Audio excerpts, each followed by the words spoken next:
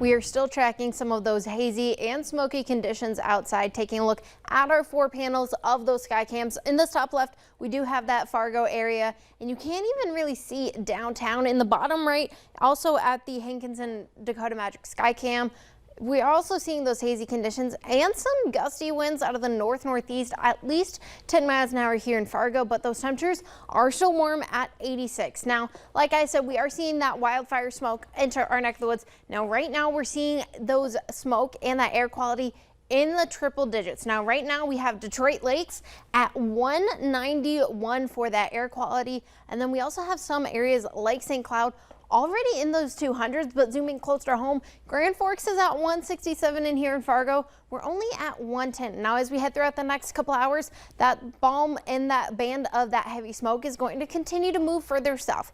Now, this is around 3 a.m. It's going to be mostly through the FM area, and we get a little bit of a break behind it. However, that smoke's still going to continue to stick around until tomorrow afternoon around 2 o'clock. Most of the northern parts of Minnesota do get a little bit of a relief, but if you are on that I-94 corridor, and especially in that Devil's Lake Basin, you will continue to have those smoky conditions throughout the next couple days. Now, Thursday around the evening and overnight hours, we still have one area that's still trying to continue to have some of those hazy skies.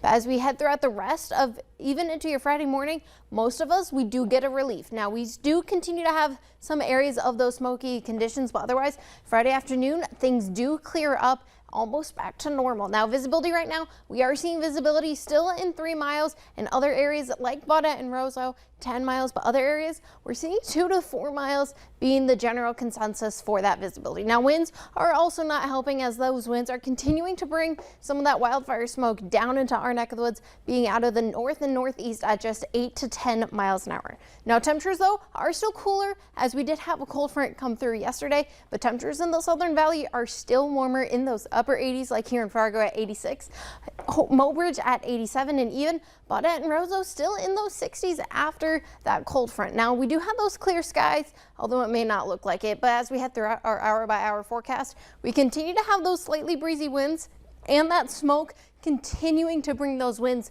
through our neck of the woods. Now, as we get to tomorrow morning, it's going to be a little chilly in the Northern Valley with temperatures in those 50s, but as we head throughout the rest of your morning tomorrow, temperatures do warm up into those 80s and still in those 80s, but we also get another chance of some rain showers in the Central Valley or in the central North Dakota, continuing to push off and even into the evening hours of Thursday. Areas like Rowlett and even down to Jamestown can start to see some areas of that rain, and we really get to see some more rain Friday morning in our neck of the woods. Now, for your hometown forecast tomorrow, temperatures are still going to be in those 80s. Otherwise, temperatures throughout the next week are going to still continue to stay in those 90s. Now, we do have a hot one on Sunday for Father's Day and rainy conditions for Father's Day and Juneteenth, and even into next week. We're still going to have those temperatures in those 80s. We just got to get through the smoky skies for the next couple days. Yeah, you know, early last week, Shelby, you said that this past weekend was going to be good, which it was. Can you make another prediction for this weekend? Not at the moment. Not at the moment. Okay, rain check. No pun intended. Shelby, thank you so much. Well, also, Shelby, here's a fun thing to try this summer. Starting today, the Fargo Park District is hosting a scavenger hunt for kids and families. Now, if you find one, you're asked to share a picture in the comments. The Park District says to think at a little kid's level of exploration, meaning that the monsters aren't hiding in hard-to-find places, or they're high up in trees or in dangerous areas. Looks pretty fun. We might have to go out there and try and find a monster or two. Yeah, definitely.